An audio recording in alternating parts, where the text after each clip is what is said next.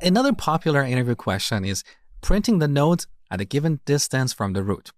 For example, they give you this tree and they say, write code to print all the nodes with distance 3 from the root. So in this example, we're going to start from the root. We go 3 levels down and print these 2 nodes, 3 and 8. How are we going to solve this problem? Well, as I told you before, when it comes to trees, you should always think about recursion. You should think about breaking this problem down into smaller and easier to solve problems. Now, in this problem, what is the easiest case? That is when the distance equals 0. In this case, we simply print the value of the root node. We don't have to do anything extra, right? So if the distance is greater than 0, we want to break this problem down such that eventually the distance becomes 0.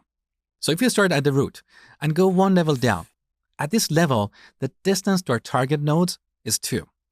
What if you go 1 more level down? At this level, the distance to our target nodes is 1.